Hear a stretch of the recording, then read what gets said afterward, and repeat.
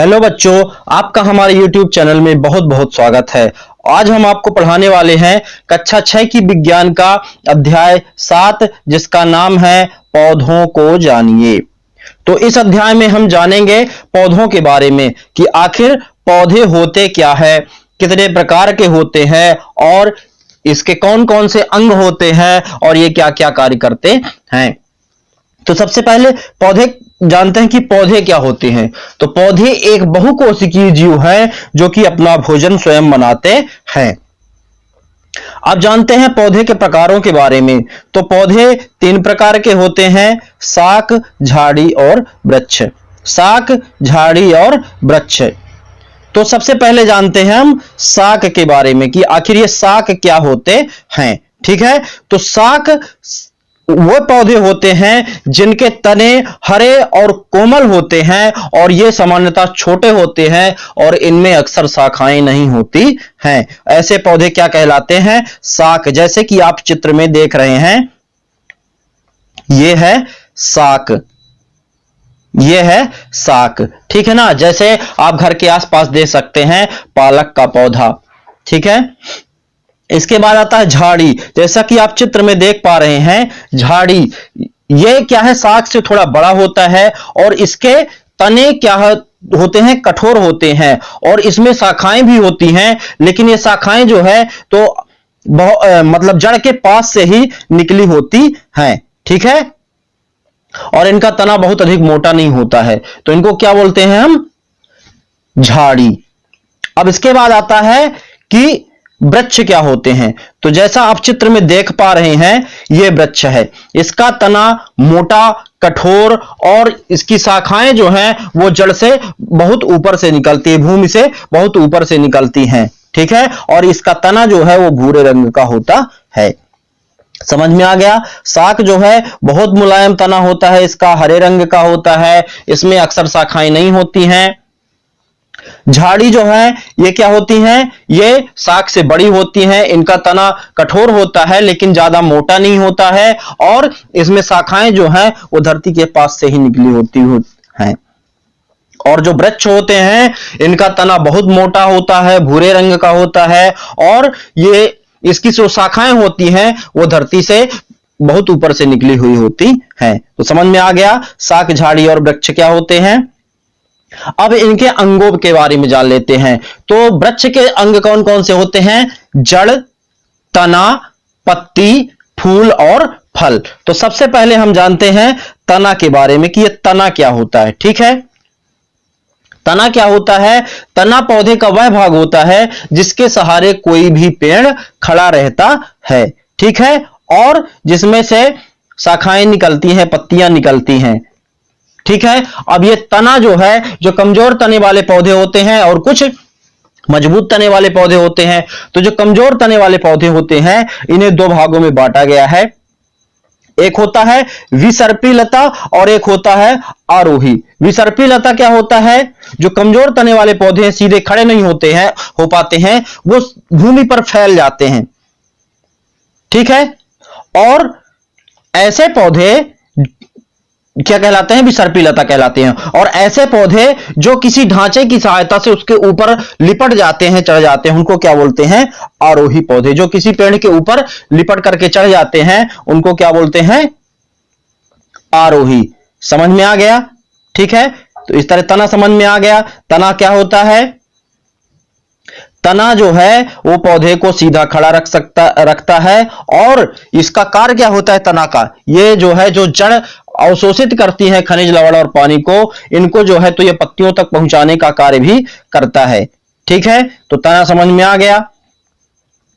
अब अगला देखते हैं पत्ती। पत्ती क्या होता है? पत्ती क्या होता है? पत्ती जैसा कि आप चित्र में देख पाते हैं, तने से शाखाएं निकली होती हैं और शाखाओं में जो है तो पत्तियां निकली होती हैं। इस तरह की संरचना को पत्ती बोलते हैं, जैसे ये संरचना आप देख पा रहे हैं। ठीक है ना। अब पत्ती में क्या क्या होता है यह भी जान लीजिए। तो पत्ती में होता है पर्णवृंत। पर्णवृंत क्या होता है? यह पत्ती का वह हिस्सा होता है जहां से शाखा से पत्ती जुड़ी हुई होती है, जहां से शाखा से पत्ती जुड़ी हुई होती है उसको क्या बोलते हैं? पर्णवृंत। जैसे ये है तो इस हिस्से से, इस चित्र में आप देख पा रहे हैं, इस हिस्से से तने से जुड़ी हुई पत्ती, तो इसको क्या बोलते हैं? पर्णवृंत। और ये जो पूरा हिस्सा होता है ये इसका फलक या पटल कहलाता है। क्या कहलाता है? जो पत्ती का चपटा हरा भाग होता है ये क्या कहलाता है? फलक या पटल। ठीक है, अब इसमें और संरचनाएं होती हैं जो कि हम आपको बताते हैं। क्या होती हैं? शिराविन्यास। शिराविन्यास क्या होता है? ये इस तरह की रेखाएं होती हैं और इस तरह की रेखाएं होती हैं, ये क्या कहलाता है? इसका शिराविन्यास। समझ में आ गया? अच्छा, अब आता है मध्य शिरा। मध्य शिरा क्या होता है? ये जो सीधी रेखा होती है इसको बोलते हैं मध्य शिरा, और ये जो होती हैं इनको क्या बोलते हैं? पार्श्व शिरा। समझ में आ गया? मध्य शिरा क्या होता है, शिरा विन्यास क्या होता है, पार्श्व शिरा क्या होता है। ठीक है ना। अब ये जो शिरा विन्यास है ये दो प्रकार का होता है। कौन कौन सा? एक होता है जालिका रूपी शिरा विन्यास और एक होता है समांतर शिरा विन्यास। जालिका रूपी क्या होता है? जिसमें एक जो है ये एक मध्य शिरा होता है और इसमें से इस तरह की शाखाएं निकली होती हैं, तो उसको क्या बोलते हैं? जालिका रूपी शिरा विन्यास।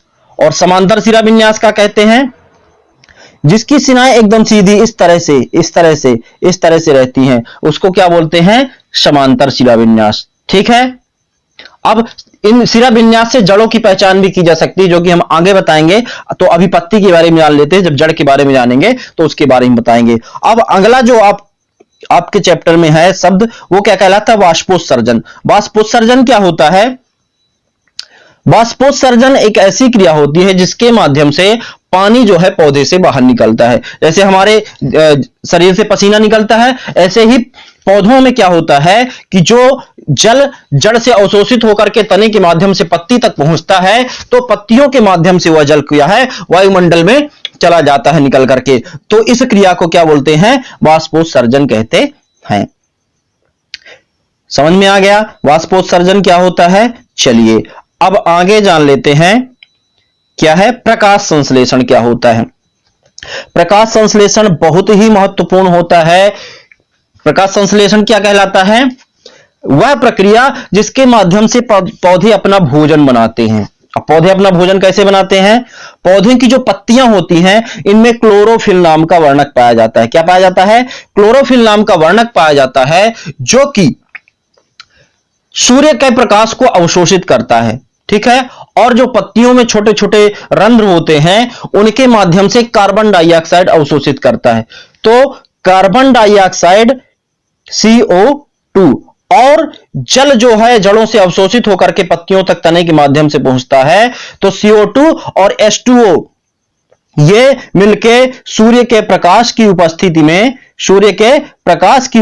में और क्लोरोफिल की उपस्थिति में ये बन जाता है C6H12O6। इसको बोलते हैं भोजन।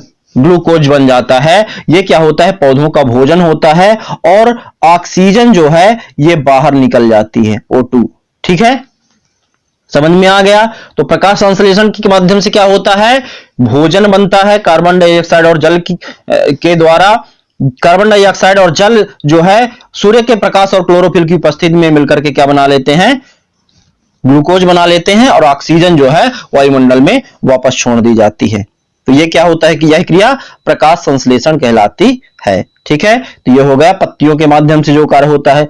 अब जड़ जानते हैं। जड़ कौन सा भाग होता है?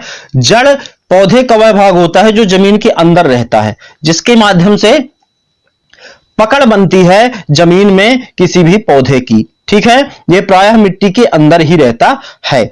अब जड़ जो है ये दो प्रकार की होती हैं। कौन कौन सी? एक होती है रेशेदार जड़ और एक होती है मूसला जड़। अब जानते हैं मूसला जड़ और रेशेदार जड़ क्या होती है। मूसला जड़ जैसे आप चित्र में देख पा रहे हैं, इस चित्र में इसमें एक ये सीधी जड़ है, नीचे जा रही है और फिर इसमें से पार्श्व जड़ें निकली हुई होती हैं इस तरह से। तो इस प्रकार की जड़ को क्या बोलते हैं? मूसला जड़। इसमें एक मुख्य जड़ होती है जो सीधे इस तरह से आती है और इससे पार्श्व से अनेक जड़ें निकली रहती हैं। तो इस प्रकार की जड़ को क्या बोलते हैं? मूसला जड़। दूसरी होती है रेशेदार जड़ अथवा इसको झकड़ा जड़ भी कहते हैं। इसमें क्या होता है? इसमें कोई भी मुख्य जड़ नहीं होती है, इसमें सभी जड़ें मुख्य होती हैं। जैसे आप इस चित्र में देख पा रहे हैं, ये खूब सारी जड़ें निकली हुई होती हैं और सारी की सारी जड़ें एक समान होती हैं, इसमें कोई भी मुख्य जड़ नहीं होती है। तो इस जड़ को क्या बोलते हैं? रेशेदार जड़। तो जड़ समझ में आ गया।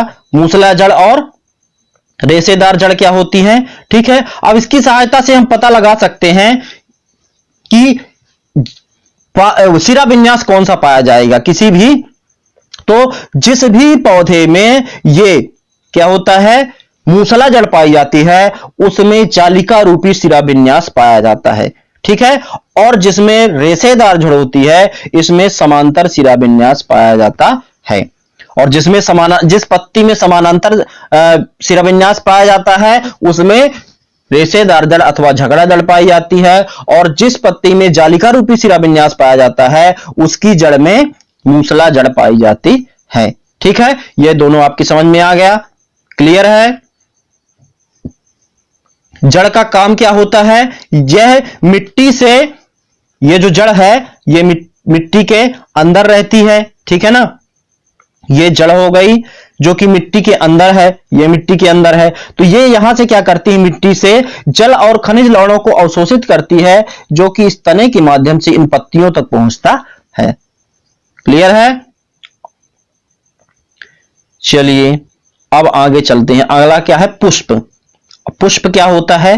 पुष्प किसी की भी पौधे का सबसे आकर्षक भाग होता है, जो कि देखने में बहुत ही सुंदर लगता है।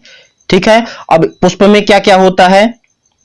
तो पुष्प की यदि हम संरचना देखें तो इसमें होता है बाह्य दल और पंखुड़ियां। बाह्य दल क्या होता है?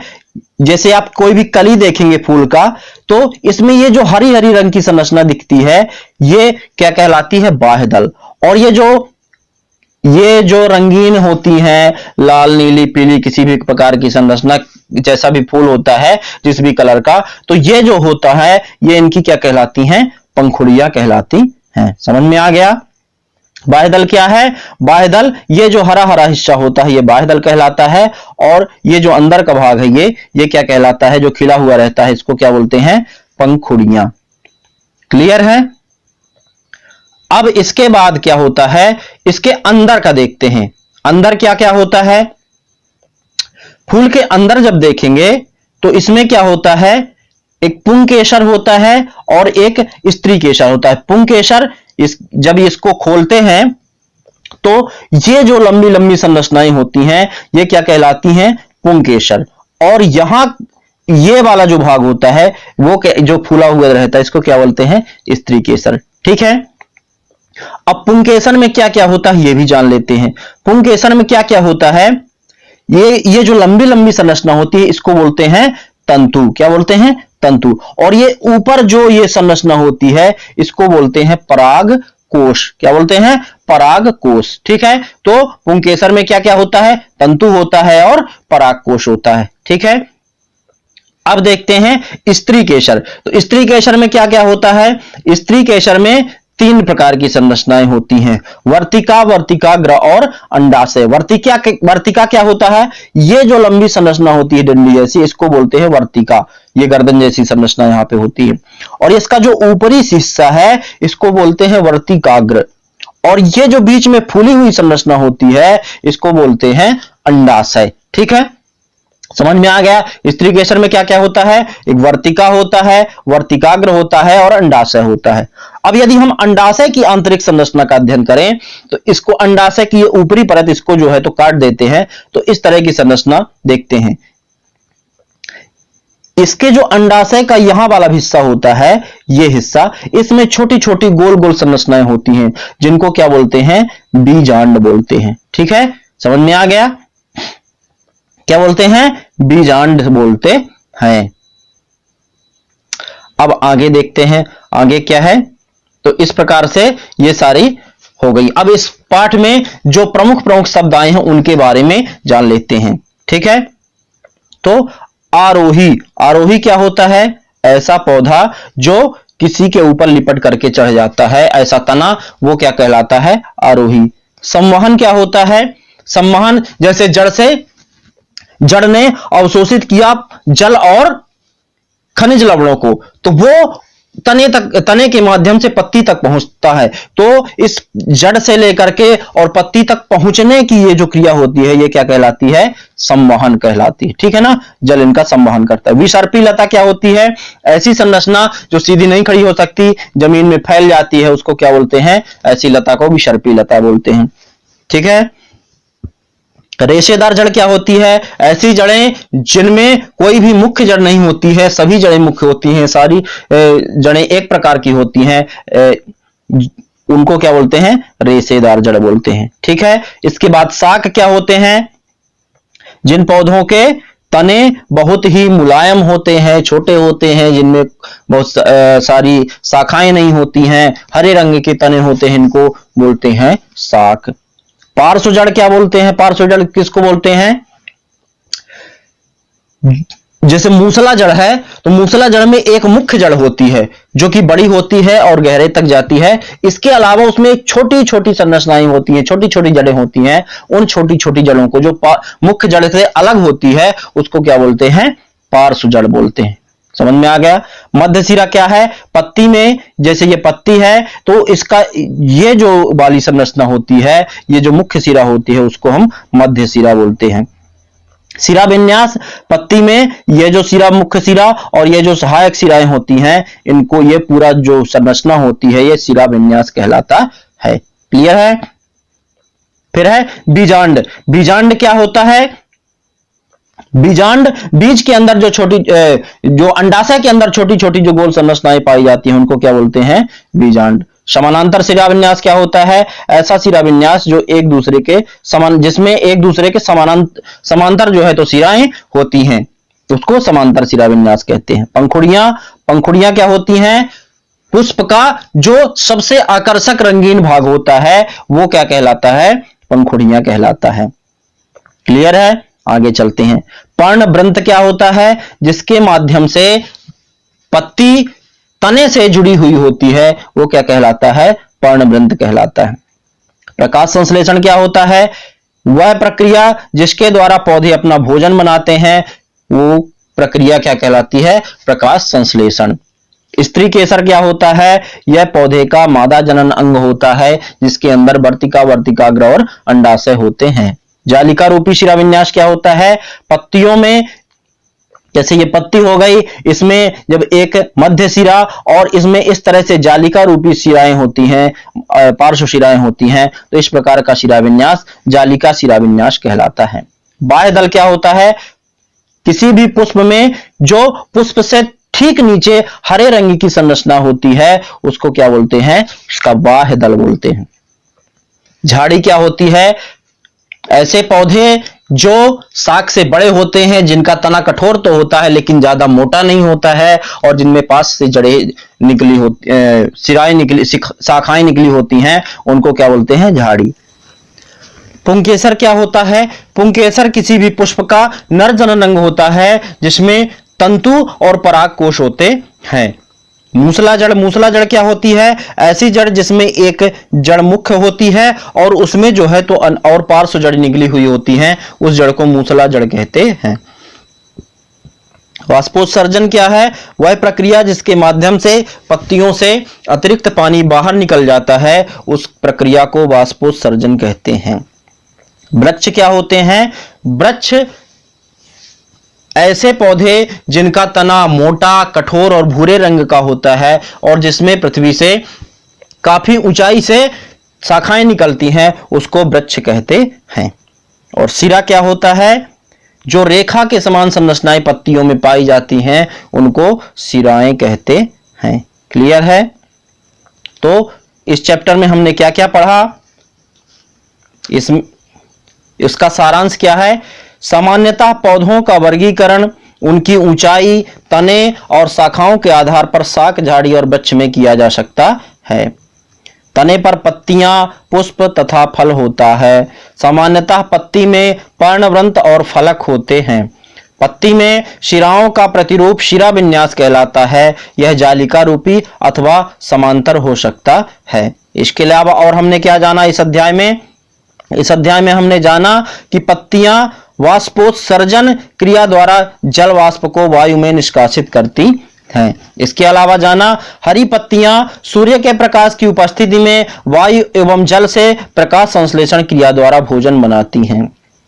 इसके अलावा हमने जाना कि जड़ें मिट्टी से जल एवं खनिज पदार्थों का अवशोषण करती हैं तथा पौधों को मिट्टी में दृढ़ता से जमाए रखती हैं। इसके अलावा हमने जाना कि जड़ें मुख्यतः दो प्रकार की होती हैं, मूसला जड़ और रेशेदार जड़। इसके अलावा हमने जाना कि जालिका रूपी शिरा विन्यास युक्त वाली पत्तियों वाले पौधों की जड़ें मूसला जड़ होती हैं, जबकि समांतर शिरा विन्यास युक्त पत्तियों वाले पौधों की जड़ें रेशेदार होती हैं। इसके अलावा हमने जाना कि तने द्वारा जड़ों से पत्तियों को जल और पत्तियों से भोजन पौधों के अन्य भागों तक पहुंचता है। इसके अलावा हमने जाना कि पुष्प के कौन कौन से भाग होते हैं। तो पुष्प के विभिन्न भाग हैं, बाह्य दल, पंखुड़ी, पुंकेसर और स्त्री केसर। ठीक है, अब हम इसके क्वेश्चन आंसर जान लेते हैं, प्रश्न उत्तर जान लेते हैं कि इसमें कौन कौन से प्रश्न उत्तर हैं। सबसे पहला क्या कहता है, निम्न कथनों को ठीक करके लिखिए। तना मिट्टी से जल एवं खनिज लवण अवशोषित करता है। बिल्कुल नहीं करता है। मिट्टी से जल और खनिज लवणों का अवशोषण कौन करता है? जड़ें करती हैं। तो यहाँ पे क्या लिखेंगे? तना की जगह जड़ लिख देंगे। जड़ मिट्टी से जल एवं खनिज लवण अवशोषित करती हैं। पत्तियां पौधों को सीधा खड़ा रखती हैं। बिल्कुल नहीं, पौधों को तना सीधा खड़ा रखता है। ठीक है। जड़ें जल को पत्तियों तक पहुंचाती हैं। बिल्कुल नहीं, जड़ें जल को अवशोषित करती हैं धरती से, लेकिन जल को पत्तियों तक पहुंचाने का कार्य कौन करता है? तना करता है। ठीक है। पुष्प में बाह्य दल एवं पंखुड़ियों की संख्या सदा समान होती है। कोई जरूरी नहीं है कि बाह्य दल और पंखुड़ियों की संख्या हमेशा समान हो। इसके अलावा क्या है, यदि किसी पुष्प के बाह्य दल परस्पर जुड़े हों तो उसकी पंखुड़ियां भी आपस में जुड़ी हुई होंगी, यह भी आवश्यक नहीं है। यदि किसी पुष्प की पंखुड़ियां परस्पर जुड़ी हों तो स्त्री केसर पंखुड़ियों से जुड़ा होगा, यह भी आवश्यक नहीं है। ठीक है।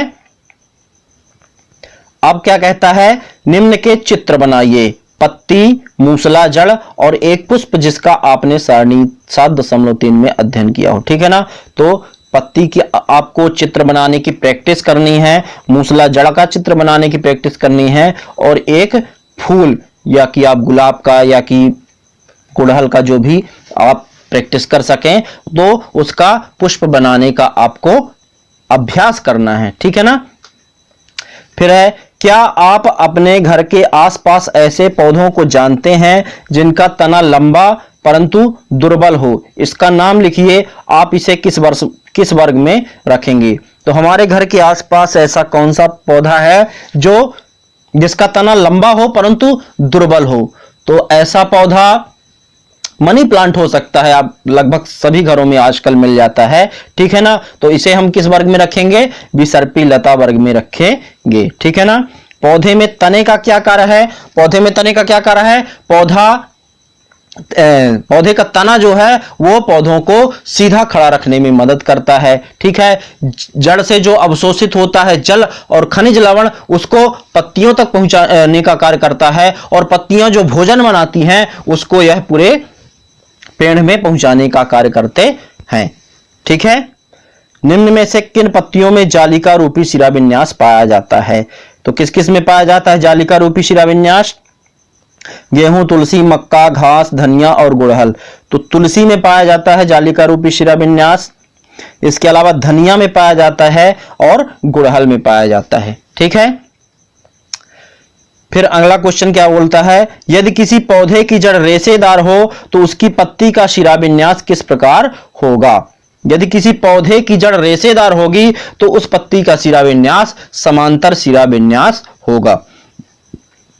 अगला क्वेश्चन क्या बोलता है, यदि किसी पौधे की पत्ती में जालिका रूपी शिराविन्यास हो तो उसकी जड़ें किस प्रकार की होंगी। यदि किसी पत्ती में जालिका रूपी शिराविन्यास है तो उसकी जड़ें मूसला जड़ होंगी। ठीक है, चलिए अगला क्वेश्चन जानते हैं। अगला क्वेश्चन क्या बोलता है, क्या आप किसी पौधे की पत्ती की छाप को देखकर यह पहचान सकते हैं कि उसकी जड़ मूसला जड़ होगी अथवा झगड़ा जड़। कैसे? बिल्कुल जान सकते हैं। यदि पत्ती में जालिका रूपी शिराविन्यास पाया जाता है तो उसमें क्या होता, मूसला जड़ होगी, और यदि उसमें समांतर शिराविन्यास पाया जाता है तो उसकी जड़ झकड़ा जड़ अथवा रेशेदार जड़ होगी। क्लियर? किसी पुष्प के विभिन्न भाग लिखिए। पुष्प में कौन कौन से भाग होते हैं? पुष्प में होता है बाह्यदल, पंखुड़ियां, पुंकेसर, स्त्री केसर। ठीक है। अगला क्वेश्चन क्या बोलता है, निम्न में से किन पौधों के फूल आपने देखे हैं। यहाँ पे बहुत सारे पौधे के नाम लिखे हुए हैं क्वेश्चन नंबर 10 में। इनमें से जिन जिन भी पौधों के फूल आपने देखे हैं उनके नाम आपको आंसर में लिख देना है। जैसे आपने मक्का का देखा होगा, ठीक है, मिर्च का देखा होगा, टमाटर का देखा होगा, इसके अलावा बरगद का देखा होगा, आम का देखा होगा, जामुन का देखा होगा, अमरूद का देखा होगा,